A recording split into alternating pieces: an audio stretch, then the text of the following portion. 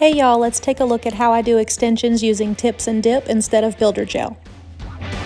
I'm starting out with some important prep work. I've already pushed back that cuticle. Now I'm going to take the efile around that line to get rid of any invisible cuticle that could be left because I don't want that to cause any lifting later. Now I'm going to go in with the grittier side of this file and I'm going to rough up the nail surface so that it really has something to stick to. If you want your extensions to last, your prep work is really make or break.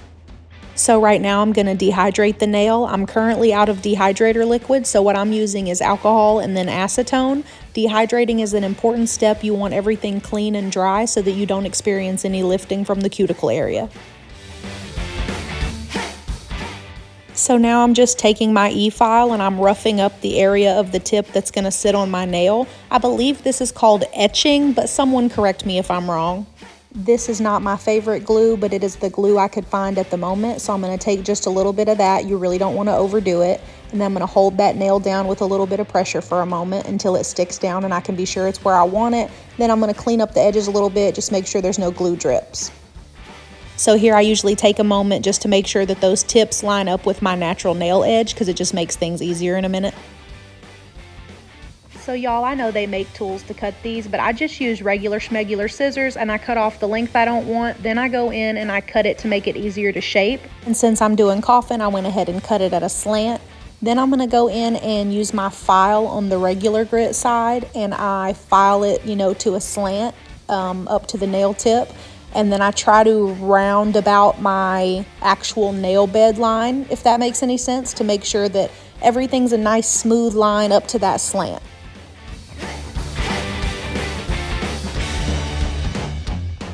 Y'all, I'm not gonna lie, filing takes me forever and a day, so if you don't wanna stay and watch this shaping, you can go ahead and fast forward right on through this because we're gonna be here a little bit.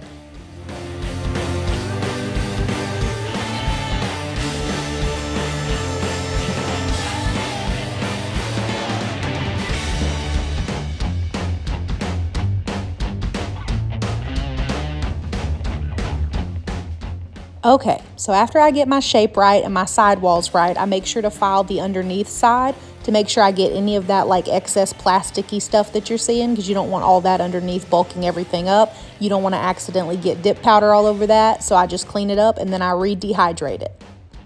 Okay, I gotta change out the tip in my efile because what I'm about to do is smooth down the little lip between where the tip extension is and where my actual nail is. If I diminish that lip, I have found that it makes an extreme difference in how easy this is to do and how long it lasts. When I don't do this step, they pop off much easier. I experience more cracking and lifting, and it's a lot more complicated to do. After I do that part, I'm gonna go ahead and dehydrate it yet again so that this dip has something to absolutely adhere to. All right, now it's time to dip, and you're gonna be thankful that you took a moment to smooth out the difference between the extension and your regular nail because it's not that hard at all to get everything to lay smooth the way you need it to. You're just gonna go in like you normally would with any other dip situation. You're gonna put your liquid on, you're gonna dip into that powder, clean up your cuticle line, and then you're gonna brush off. I'm using a clear powder because I want a transparent base underneath any of the dips I'm gonna do. If you just wanted to go ahead and do a color and be done with it, you could absolutely do that. I'm using Virgo and Gem dip liquids and I'm using Transparency from Dips by Chelsea. You can use anything you're comfortable with. It's gonna give you pretty much the same result.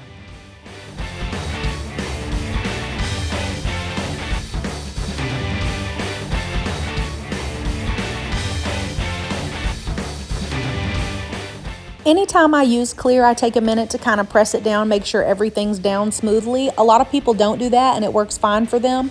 I like it, it works for me. You just go with what you feel.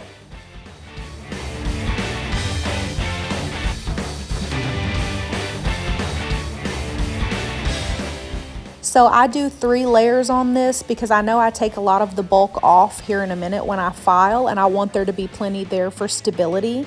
Really take your time with these layers. You want them to be thin, you want them to be even, you want them to be clean because it's a lot easier to take your time and do it neatly than it is to try to clean it up later.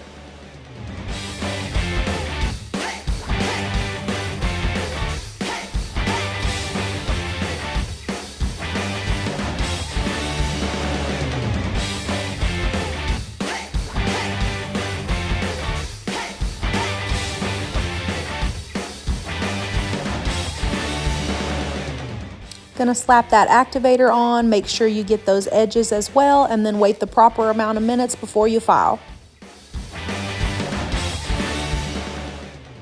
So now I go in with my efile and I start to remove a lot of this bulk. I especially focus on the cuticle line because I like my cuticle line to be nice and thin. I don't like a lot of thickness down there, especially since I'm gonna be dipping over these. I'm also going to work on taking out the bulk from the tip and also the middle, but I'm going to make sure I keep my apex as high as I would like it to be. Now you could absolutely do all this with a hand file. I just find it more convenient to use my e-file for this. I do not use my e-file for any side shaping, so I will be bringing the hand file back out in a minute. Some people do use their e-file for shaping. I don't find myself competent enough to do that.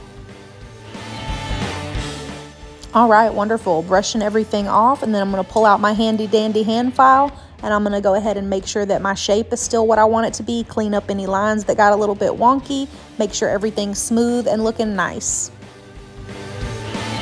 I already know somebody's going to ask me about this table right here. So this is definitely supposed to be an outside table, but it's just super convenient to use in my living room when I want to do my nails while I watch Stranger Things, because it's got these little cup holders that work perfect to hold all my nail stuff, and it's so small and light and easy to just pop open. All right, so now I'm just gonna check and make sure it looks how I want it to look. It's as smooth as I want it to be, the shape is good, all my filing is done, and then I'm gonna go ahead in with my first layer of top coat, which is your quick little 3-swipe coat. Wait the proper amount of time and then go ahead in with your more detailed top coat layer. If you wanted to do a gel top coat, that would absolutely work with this as well.